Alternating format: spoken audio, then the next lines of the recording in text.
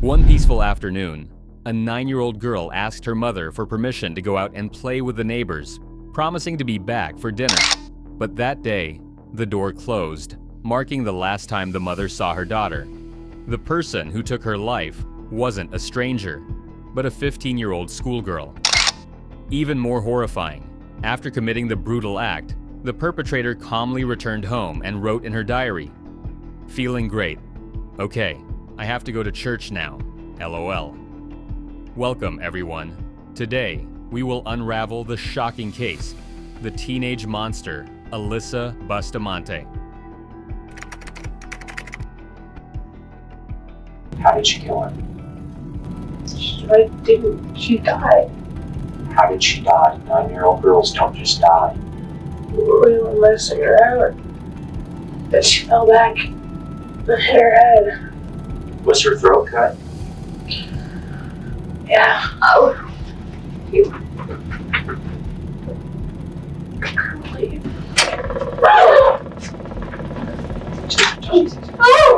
Take your time.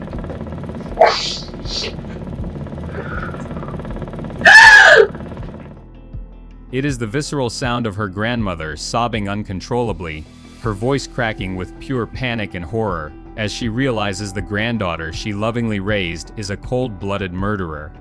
To understand how this chilling confession shook the core of everyone involved, we must travel back to 2009. Our setting is the picturesque town of St. Martin's, Missouri. This is the epitome of rural, small-town America. With a population of just over 1,000 residents, it was the kind of tight-knit community where secrets were scarce and everyone knew everyone else's name. It was the sort of idyllic place where children rode their bikes freely through the sprawling woods, and families routinely went to sleep without ever bothering to lock their front doors at night. St. Martin's was supposed to be a peaceful sanctuary, completely shielded from the violent crimes of the outside world. No one could have ever predicted that a predator was already hiding in plain sight, living right inside their neighborhood. The illusion of safety was about to be shattered forever. Do you want a drink of water?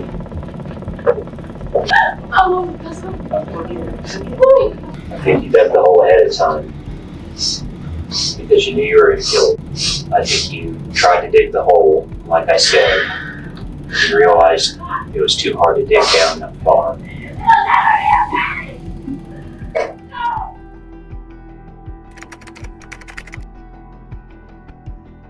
The sun was beginning its slow descent on Wednesday, October 21, 2009, casting long, golden shadows across the quiet neighborhood of St. Martin's. Inside the Olten home, the atmosphere was domestic and peaceful. 9-year-old Elizabeth was sitting at the dining room table, excitedly practicing her lines for an upcoming school musical. She was a bright, sweet child, the kind of girl who loved pink dresses, Hannah Montana, and playing make-believe. Her mother, Patty, was busy in the kitchen, preparing dinner for the family. It was an ordinary evening, filled with the comforting routines of a loving household. Around 5 p.m., the tranquility was interrupted by a soft knock at the front door. Standing on the porch was 6-year-old Emma Bustamante, a neighbor who lived just 4 houses down. Emma and Elizabeth were close friends, often spending hours playing together in each other's yards. "Can Elizabeth come out and play in the woods with me for a little while?" Emma pleaded, her young eyes wide with anticipation. Patty hesitated. Dinner was almost ready, and the late October sky was already beginning to dim. Furthermore, Elizabeth had a deep-seated fear of the dark. The woods behind their homes were vast, stretching for 60 acres, and not a place to be wandering after sunset. "It's getting late." Patty began, her maternal instinct urging her to keep her daughter close. But the girls were persistent, their voices blending in a chorus of eager begging. They promised they wouldn't go far and wouldn't be long. Looking at Elizabeth's hopeful face, Patty's resolve softened. It was a fateful decision, born entirely out of love and a desire to see her daughter happy. She wanted Elizabeth to enjoy the last remnants of daylight with her friend. "All right?" Patty finally conceded, offering a warm but firm warning. "But listen to me, Elizabeth. You must be home by 6 p.m. sharp for dinner. The sun will be setting soon, and you know how you don't like the dark." Not a minute later, understand. "Yes." Mom, I'll be back on time, I promise! Elizabeth beamed, her face lighting up with joy. With a quick hug, the two little girls bounded down the driveway, their laughter ringing out in the cool autumn air.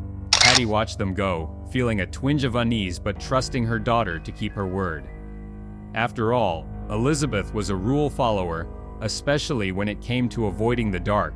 She turned back to the kitchen, the aroma of dinner filling the air, unaware that the ticking of the clock had just become a countdown.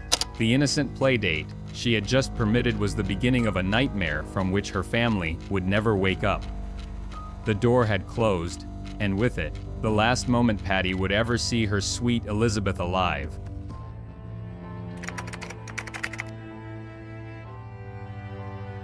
The clock on the Olten family's kitchen wall ticked mercilessly, each second feeling heavier than the last.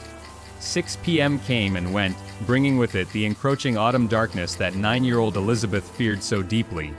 By 6:15 p.m., the house remained agonizingly quiet. There was no sound of small footsteps on the porch, no cheerful voice calling out from the hallway.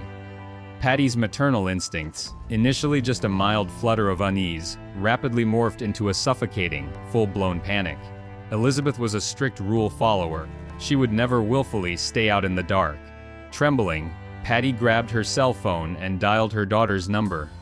It rang over and over, a hollow sound that eventually slipped straight to voicemail. She called again. Still nothing. Desperation clawing at her throat, Patty dialed the Bustamante residence, desperately praying for a simple, innocent explanation. Patty, Karen, is Elizabeth at your house? She's past her curfew. She was supposed to be home at 6. Karen, Patty, what are you talking about? What Elizabeth? She hasn't been over to my house all afternoon. Actually, Emma has just been playing alone upstairs in her room this whole time. In that single, terrifying moment, Patty's entire world fractured. If Elizabeth wasn't with Emma, where on earth was she? Within an hour, the quiet, idyllic streets of St. Martin's were transformed into a frantic staging ground. A massive, desperate search operation was immediately launched. Over 300 local volunteers poured out of their homes, armed with heavy flashlights and sheer willpower, plunging into the dense, 60-acre woods behind the neighborhood. Law enforcement swiftly descended upon the area, deploying specialized K-9 units to track the little girl's scent, while police helicopters equipped with thermal imaging swept relentlessly overhead. The dark, sprawling forest became a chaotic sea of sweeping light beams and desperate voices, all shouting Elizabeth's name into the freezing night air. An intense search is underway in mid-Missouri for this 9-year-old girl. Elizabeth Olten was last seen leaving a friend's house about 6:15 p.m. Wednesday night. She was on foot, but she never arrived at her home just 4 blocks. The sheriff says the search is focusing on a section of woods which police have narrowed by triangulating Elizabeth's cell phone location. However, the battery has now died. Also, the search is being hampered by an uneven terrain, high brush, and soaking weather. No Amber Alert has been issued for Elizabeth because there's no evidence of an abduction or foul play. I just want my little sister home safely. And right now, she's listed as an endangered missing person. Myra Lopez, The Associated Press. Investigators urgently contacted the cell phone provider to trace the missing girl. They discovered that Elizabeth's phone was still pinging, its signal buried deep within that very forest. But just as search teams began to zero in on the precise location, the phone battery died, plunging the investigation back into literal and metaphorical darkness. As the sleepless night dragged on, searchers stumbled upon a discovery that chilled them to the bone: a freshly dug hole hidden amidst the thick brush. It was perfectly rectangular, ominously resembling a shallow grave, and its dimensions were perfectly sized for a small child. Yet, terrifyingly, it was completely empty. Simultaneously, investigators began re-interviewing the neighbors, focusing closely on 6-year-old Emma. Under gentle but persistent questioning, the little girl's initial story began to fracture. The innocent claim of playing alone quickly unraveled, revealing a much darker, hidden detail. Emma innocently disclosed that she hadn't gone to Elizabeth's house on her own accord. She had been explicitly instructed to fetch Elizabeth by her 15-year-old half-sister, Alyssa. Furthermore, Emma revealed that Alyssa had joined them outside, only to later send Emma back inside the house alone, leaving the teenager completely alone with the 9-year-old. Suddenly, the spotlight of the frantic investigation pivoted away from the theory of a random stranger abduction, sharply illuminating the shadowy, silent figure of the teenage girl right next door. The cold-blooded web of deceit was finally beginning to untangle.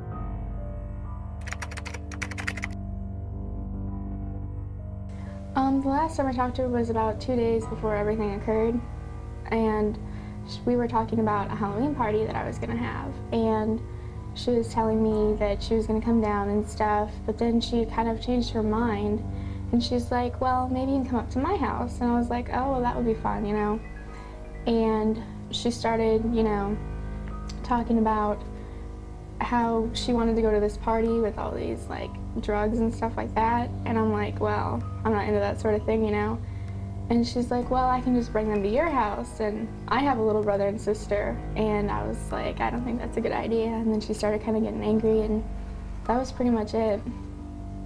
So this was weird. She hadn't talked about drugs or anything like that before? She talked about different kinds, but I didn't know she went to, like, parties and stuff like that, because I would think that her grandparents would know. They're pretty strict, you know, so I thought it was kind of strange.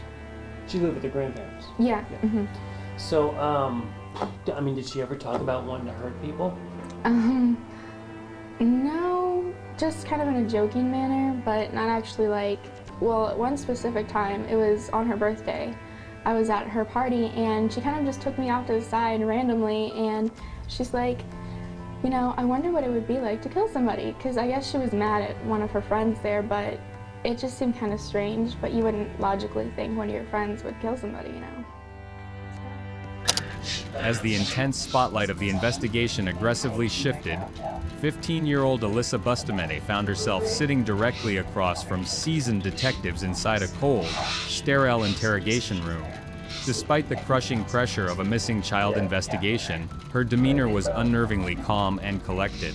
She presented a chilling facade of absolute innocence, coldly spinning a meticulously fabricated tale to explain away the mounting suspicious details. When asked about her movements that afternoon, she smoothly claimed she had merely been out for a leisurely walk in the woods and had to rescue her 6-year-old sister, Emma, who had supposedly fallen into a dense thorny bush. Start from Wednesday morning. Let's just kind of start there. Okay. Walk me through from the time you woke up in the morning. You woke up in the morning and walk me through exactly what happened from there. So I went to school, Okay. and I was there all day. And then I came home on the bus, and I got home around 3. And I just hung out in my room for a little while. And then I went for a walk around 5. And I was just walking around in the forest for a while. And I was supposed to take my little sister with me, but I ditched her because she's annoying. Okay. Yelling. So I went outside, and she was down in the ditch area. She was stuck in thorn bushes.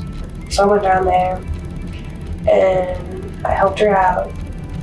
And she asked me why I was waiting, because, you know, I found out on my period. Mm-hmm. I'm like, yeah, don't tell me about that. When investigators pressed her about the alarming drop of blood Emma had explicitly noticed on her pants, Alyssa didn't even flinch. She confidently lied, attributing the bloodstain to her menstrual cycle, a highly calculated excuse designed to make the interrogators uncomfortable, and quickly dropped the subject.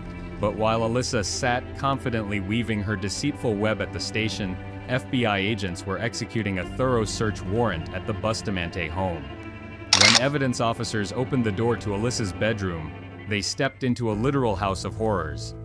The walls were covered in deeply disturbing, chaotic writings, some of which chillingly appeared to be written in actual blood. Dark, violent sketches littered the messy room, including a crude, deranged drawing of a human figure with severe slash marks across its face and arms, with the name of her little sister, Emma, written ominously right next to it. Amidst this macabre scene, investigators uncovered the ultimate key to solving the case: Alyssa's personal diary. Flipping through pages filled with morbid teenage angst and escalating homicidal fantasies, they stopped abruptly at the entry dated October 21st, the exact day little Elizabeth vanished. The entire entry had been frantically and violently scribbled out with heavy blue ink. rendering it completely unreadable to the naked eye. However, modern forensic technology easily bypassed this crude attempt at a cover-up. Using a specialized UV black light, laboratory technicians illuminated the page, peering right through the blue ink to reveal a deeply sadistic, cruel confession hidden beneath. "I just fucking killed someone. I strangled them and slit their throat and stabbed them. It was amazing." Armed with this irrefutable, undeniable proof, the lead detective re-entered the interrogation room. He played his final, devastating card, staring directly into the eyes of the remorseless teenager and revealing that they had found her diary and read her final, blood-soaked entry. In that exact instant, the psychological dam broke. Alyssa's impenetrable, icy facade completely shattered. Confronted with her own horrific written words, the teenage killer finally confessed to the unimaginable. She admitted to using her own 6-year-old sister as innocent bait to lure 9-year-old Elizabeth out of the safety of her home. Why don't we start with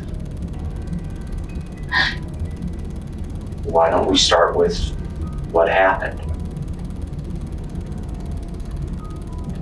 Did you get home from school at 3:30? Do you want to sit by her? I went in the forest. Like I said,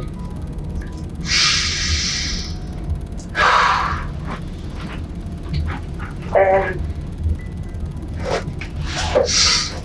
Elizabeth was in there. Do you have a picture one for her? Yes. Elizabeth was there in the forest? Yes. Was she alone? Yeah. Okay.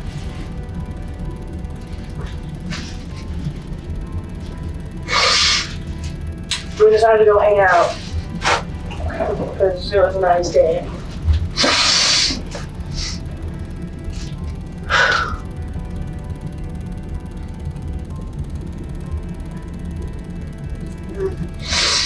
We were just messing. Take your time.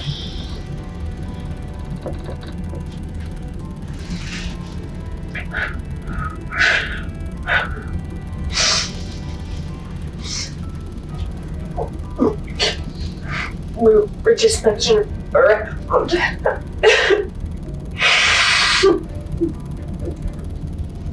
And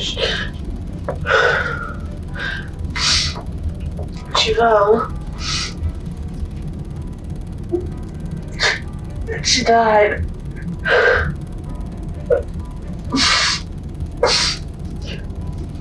And I didn't know what to do.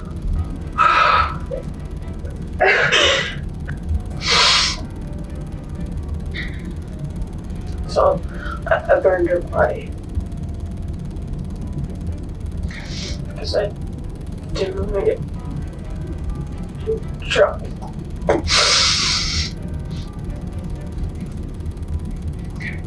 At the creek bed? Yes. How did you burn her? I just got a bunch of wood and started a fire and burned her body. She confessed to guiding the trusting little girl deep into the isolated woods, where she ruthlessly strangled her, stabbed her multiple times in the chest, and completely severed her throat, before coldly pushing her lifeless body into a shallow dirt grave she had meticulously dug days in advance. The mystery was solved, but the horrifying truth left an entire community permanently scared. The dark reality of what human beings are capable of can be incredibly difficult to process, but uncovering these psychological depths is crucial to understanding the minds of predators. If you found this deep dive into criminal psychology compelling, and want to help us shed light on more shocking cases, please hit that subscribe button and turn on the notification bell. Your support allows us to keep bringing you these intense, thoroughly researched true crime investigations. Join our community today and stay safe out there! This video of Alyssa Alyssa Bustamante in court back in 2009. You may recall she pleaded guilty to second-degree murder charges for the death of Elizabeth Olten. The 9-year-old Cole County girl was found in a shallow grave back in 2009. Investigators say Bustamante strangled and stabbed Olten. In today's testimony, Olten's mother took the stand, and she called Bustamante a, quote, evil monster, and asked the judge to consider the sentence as though it were the judge's child who had been murdered. Testimony will continue tomorrow. The judge could sentence Bustamante to life in prison without parole. The most haunting question that lingers over this tragic case is not how the crime was committed, but why. Why would a seemingly normal 15-year-old girl inflict such unimaginable, intimate brutality on a sweet, defenseless 9-year-old neighbor? The answer, chillingly provided by Alyssa Bustamante herself, places her into a rare and terrifying category of criminal psychology, the thrill killer. When investigators directly asked for her motive, she casually stated, "I just wanted to know what it felt like to kill someone." This was not a crime born out of a personal vendetta, anger, or financial gain. It was driven purely by a morbid curiosity and a craving for physiological arousal. Thrill killers experience a massive, narcotic-like surge of adrenaline and a twisted sense of euphoria when they take a human life. This physiological high was explicitly documented in her diary, where she described the immediate aftermath of the gruesome murder as amazing and pretty enjoyable. For Alyssa, the act of murder was entirely recreational. A deep dive into her interrogation footage reveals glaring psychopathy traits. Throughout hours of grueling questioning, Alyssa displayed a disturbing, flat affect, a complete and utter absence of normal human emotion. When she recounted the gruesome details of the slaughter, her voice remained dead, detached, and chillingly conversational. Interestingly, psychological profilers note her frequent use of hedging phrases like "I think" or "I believe" when describing her actions. This is a recognized psychological tactic used by psychopaths to artificially mimic the natural cadence of human emotions they cannot actually comprehend or feel. When she finally broke down and cried in the interrogation room, her tears were highly revealing. She did not shed a single tear of guilt, remorse, or sorrow for little Elizabeth. Instead, her breakdown occurred only when the crushing reality set in that she had been caught and her own freedom was over. They were tears of pure self-pity. To understand this profound lack of empathy, we must look at her underlying psychological need for power and control.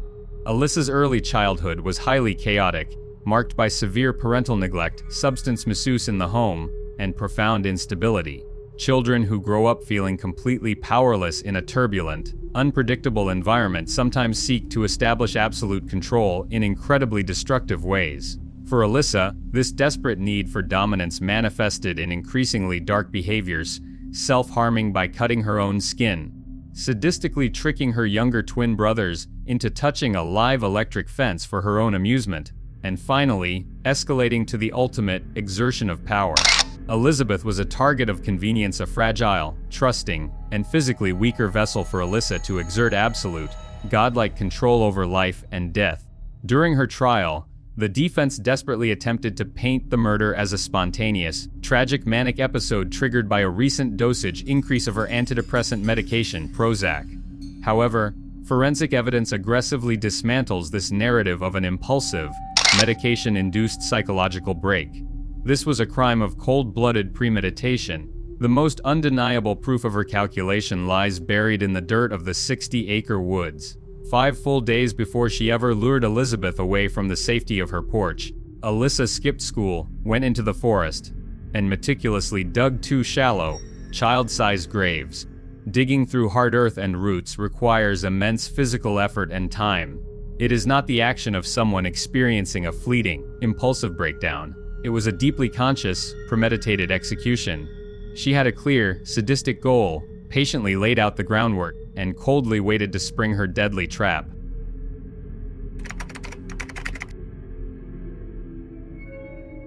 The gavel coming down on the Alyssa Bustamante case did not immediately bring an end to the nightmare. Rather, it opened the door to a complex legal battle and a deeply disturbing cultural phenomenon. From the moment the horrifying details of the murder were brought to light, the Missouri justice system was forced to make a decisive and uncompromising ruling. Because of the sheer brutality, the undeniable premeditation, and the sadistic nature of the crime, the court determined that the juvenile system was entirely unequipped to handle a predator of this magnitude. Therefore, despite being only 15 years old at the time of the murder, Alyssa was officially certified to stand trial as a full adult.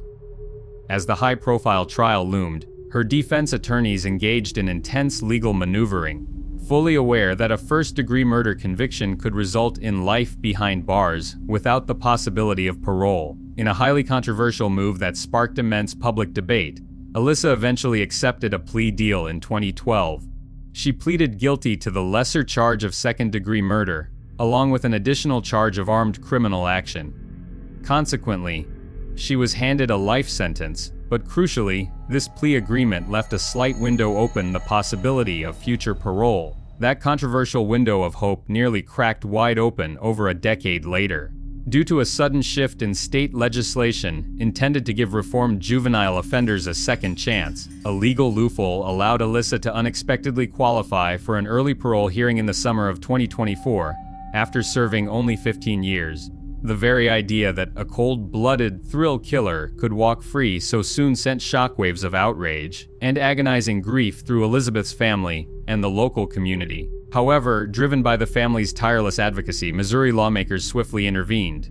They passed Senate Bill 754, a strict new law specifically designed to block early parole for serious juvenile offenders convicted of second-degree murder. Thanks to this swift legislative action, her highly publicized 2024 attempt to secure early release was successfully thwarted, ensuring she remained behind bars where she belonged.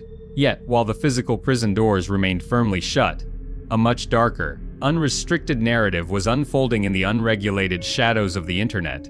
In a twisted, sickening display of modern social media culture, Alyssa Bustamante bizarrely transformed into a macabre, internet idol for a highly deviant subculture of teenagers. Across various digital platforms, disturbing online fan clubs dedicated to the convicted murderer began to emerge. Deluded sympathizers created fake social media profiles pretending to be her, shared romanticized narratives about her troubled past, and most appallingly, drew and circulated stylized fan art of the teenage killer. This dark side of the internet highlights a deeply unsettling psychological detachment from reality, where true crime is consumed as mere edgy entertainment, completely stripped of its real-world tragedy. The glamorization of a ruthless predator is not just a toxic internet trend, it is a profound, devastating insult to the memory of sweet, innocent 9-year-old Elizabeth Olten. It serves as a terrifying reminder that while the justice system can physically lock away a monster, it cannot entirely eradicate the sinister, twisted fascination that society's darkest corners hold for the very evil that destroyed a family.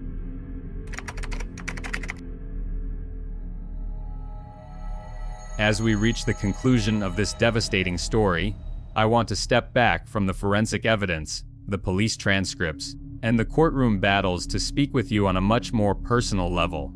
For me personally, the most profoundly haunting aspect of this entire case is not the gruesome, calculated method of the murder itself, nor is it the chillingly flat affect Alyssa displayed in that cold interrogation room. No, the true horror lies in the absolute, heartbreaking betrayal of pure innocence and trust. Just close your eyes and imagine the scene for a moment. A sweet, trusting 9-year-old girl, her head filled with dreams of princesses and playtime, eagerly holding the hand of her older teenage neighbor as they walk into the autumn woods. She followed her killer willingly, her heart fluttering with the innocent excitement of being promised a special surprise. She didn't scream or run away at first because she felt entirely safe. We are conditioned by movies, media, and urban legends to teach our children to fear the boogeyman, the faceless stranger lurking in the dark alleyway, the suspicious vehicle parked at the end of the street. But this case shatters that comforting illusion. It forces us to confront a terrifying reality. Demons do not always hide in the shadows. Sometimes, the most dangerous predator in a child's life wears the familiar, smiling face of the friendly neighbor living right next door. This tragedy also serves as a stark, urgent cautionary tale for parents, educators, and communities everywhere. It forces us to look closely at the psychological warning signs that were flashing bright red long before little Elizabeth's life was stolen. we must talk about the red flags in teenagers that are far too often dismissed as mere teenage angst or a rebellious phase. When a child or teen exhibits a fascination with cruelty to animals, it is never just kids being kids. It is a massive psychological siren indicating a profound lack of empathy and a dangerous escalation of violent urges. Similarly, while self-harm is frequently a tragic cry for help indicating severe depression or trauma, in the context of other violent ideations, it can represent a dangerous desensitization to pain and blood. Furthermore, we must be incredibly vigilant about our children's digital footprints. Alyssa's social media profiles were littered with dark poetry about murder, images of self-mutilation, and an openly declared obsession with death.